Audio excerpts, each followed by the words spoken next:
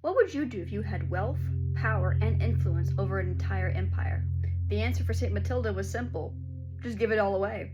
Hi, I'm Steps to Sainthood, and I'm going to start by exploring lives of different saints and teaching about how their holiness can be applied to our lives today. With it being Women's in History Month, I thought it'd be very nice to start with a female saint. So without further ado, let's get into it. St. Matilda was born in the 9th century in Westphalia, it is now Germany, into a noble family descended from Duke Witikind. She was educated at Hereford Abbey by her grandmother, where she developed a lifelong devotion to prayer, charity, and service. Even as a child, people noticed her deep kindness and spiritual maturity.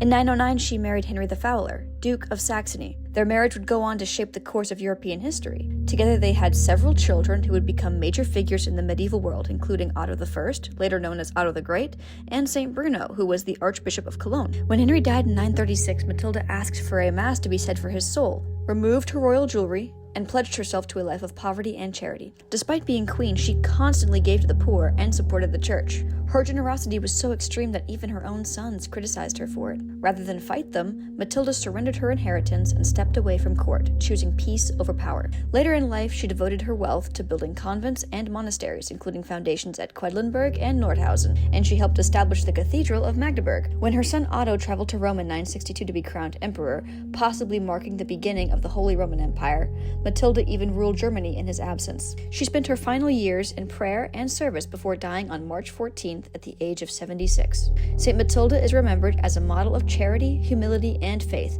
and today she is the patron saint of widows, victims of abuse, and large families. She was canonized by Pope Urban II in 1070 AD, making her the first German woman to be declared a saint. And so with that, we ask St. Matilda to please pray for us.